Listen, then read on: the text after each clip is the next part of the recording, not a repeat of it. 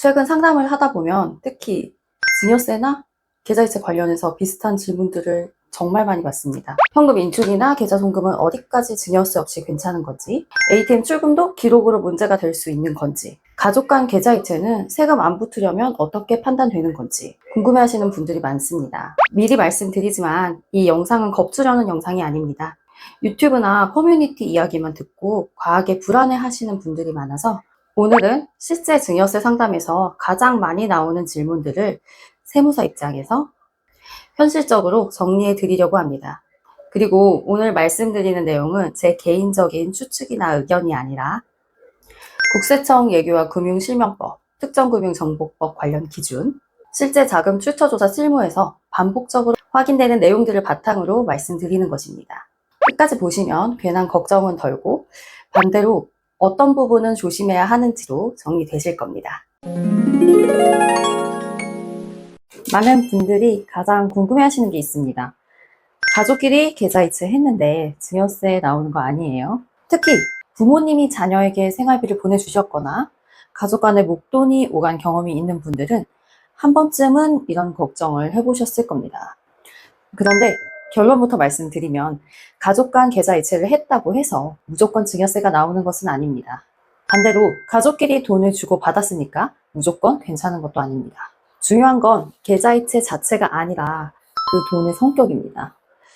실제로 상담을 하다 보면 500만 원까지는 괜찮나요? 1000만 원까지는 괜찮나요? 같은 질문을 많이 받는데요. 사실 세무사 입장에서 보면 금액보다 더 중요한 것이 있습니다. 바로 왜 보냈는가입니다. 국세청도 단순히 얼마를 보냈는지만 보는 것이 아니라 그 돈이 생활비인지 교육비인지 병원비인지 아니면 재산을 이전하기 위해 한 것인지를 판단하게 됩니다. 예를 들어 부모님이 대학생 자녀에게 학비와 생활비를 보내주는 경우가 있습니다. 이런 경우는 일반적으로 생활비나 교육비 성격으로 판단되는 경우가 많습니다. 반면 이미 직장을 다니고 소득이 충분한 자녀에게 수천만 원의 돈을 보태서 주택 구입 자금이나 투자 자금으로 사용하게 했다면 이야기가 달라질 수 있습니다. 같은 돈이라도 목적에 따라 판단이 완전히 달라질 수 있다는 뜻입니다. 그런데 여기서도 많은 분들이 오해하는 부분이 있습니다. 가족끼리 계좌이체하면 국세청이 다 알고 있는 거 아니냐? 실제로 이런 질문도 굉장히 많이 받습니다. 하지만 생각해 보세요. 대한민국 국민의 모든 계좌이체를 국세청이 하나하나 들여다볼 수 있을까요? 현실적으로 어렵습니다. 아무리 AI가 발달되었다 하더라도 결국에 계좌 내역은 개인 정보이고 그 내역을 들여다보려면 국세청도 절차를 지켜야 합니다.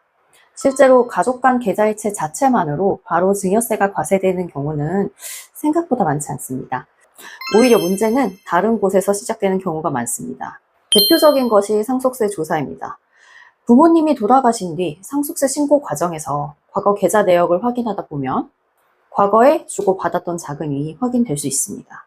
또한 자녀가 아파트를 구입했는데 소득에 비해 자금 규모가 너무 크다면 자금 출처 조사 과정에서 계좌 내역을 확인하게 될 수 있습니다. 즉, 가족 간 계좌이체 자체가 문제가 되는 것이 아니라 나중에 조사 과정에서 그 돈의 성격을 설명해야 하는 상황이 생기는 것입니다. 그래서 큰 금액이 오가는 경우에는 메모를 남겨두시는 것을 추천드립니다. 예를 들어서 부모님 병원비 지원, 생활비 지원, 전세 보증금 일시 대여, 가족 간 차용금 등 실제 목적을 간단히 기록해 두는 것만으로도 나중에 도움이 되는 경우가 많습니다. 정말 많아요. 특히 가족 간 계좌 이체를 하면서 가장 많이 문제가 되는 경우가 있습니다. 뭘까요? 바로 집을 사는 경우입니다. 예를 들어 사회 초년생 자녀가 갑자기 수억짜리 아파트를 매수했다고 가정해 보겠습니다. 그런데 소득은 많지 않습니다.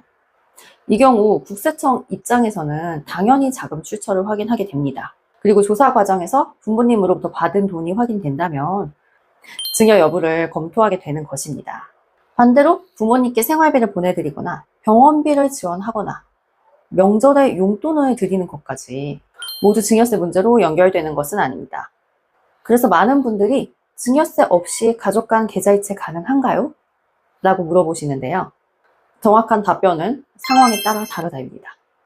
하지만 분명한 것은 단순한 계좌이체 사실만으로 증여세가 부과되는 것은 아니라는 점입니다.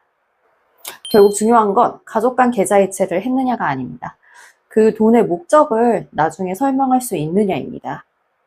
증여세는 돈을 보내는 순간보다 몇 년 뒤 상속세 조사나 자금 출처 조사 과정에서 문제가 되는 경우가 훨씬 많습니다.